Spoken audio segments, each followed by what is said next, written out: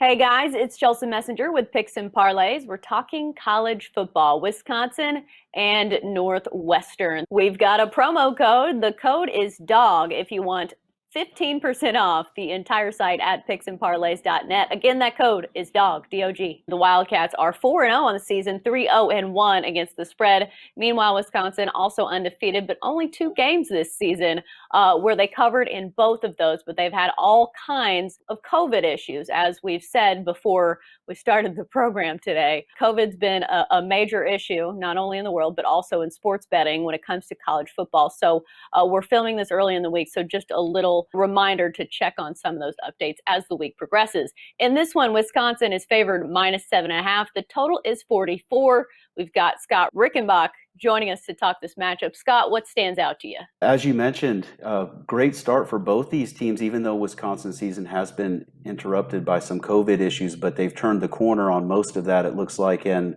certainly off of a easy win against a Michigan team that really looks bad right now. And what I wanted to mention there, though, that is a key to what I like here in this particular matchup, we've got a good one here. This should be a great game. As you mentioned, both teams undefeated. Northwestern looking very good early this season. Both defenses looking very good. But what happened in the Michigan game early that really keyed it is Mertz is a freshman quarterback for Wisconsin. And of course, he looked great against Illinois, 20 out of 21 with his passes against a very bad defense. Early on against Michigan, he was only 1 for 5 and he was missing guys. It looked like he might struggle some, but some turnovers early absolutely changed the complexion of that game. And when you're a struggling team like the Wolverines are right now, momentum is such an important factor in football. And when you're struggling like the Michigan has been, all it takes is a couple bad breaks and all of a sudden you're like, oh, here we go again. And sure enough, the route was on and Wisconsin really took it to them. Now, the reason I bring that up is because the over is 2-0 in the Badgers games early this season. But again, they were able to pile it on against a bad Illinois team and then really take it to Michigan after the tide turned early in that game that made it so easy for the Badgers to just go onto a route. The under is perfect in Northwestern games. All 4 of their games have stayed under the total. And that's the way I'm leaning in this one because the Wildcats are allowing just 14 points per game this season. The Badgers allowing just 9 points per game this season. And I think that this one's going to be a pretty tight, low-scoring battle between 2 teams that have looked strong here early in the Big Ten season. And we've talked also about weather issues.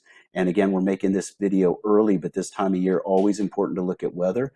We could have some rain and wind in Evanston for this matchup. That's the early forecast. So again, just something to keep an eye on that would certainly help us with the under, especially the wind. And I know it's a low total, but this is going to be the best defense that either one of these teams has faced. They're each going up against a very tough defense here. I think defense is going to rule the day in this one. Yeah, traditionally it seems like Northwestern always has a good defense, or at least is well coached on defense. But the key question for me in this one is just how good is Wisconsin? They've only played 2 games, but I think a lot of people are ready to crown them the champs after just 2 games. Do you think that's due to playing poor teams, or do you think they're as good as a lot of people are saying? Because obviously Michigan looked terrible. It wasn't the marquee matchup that it normally is. So how good do you think Wisconsin really is? I think the big key is the Badgers are a very high quality football program, and especially their defense is so strong. Coming into this season, that was going to be the key for them was their defense, and it has been there.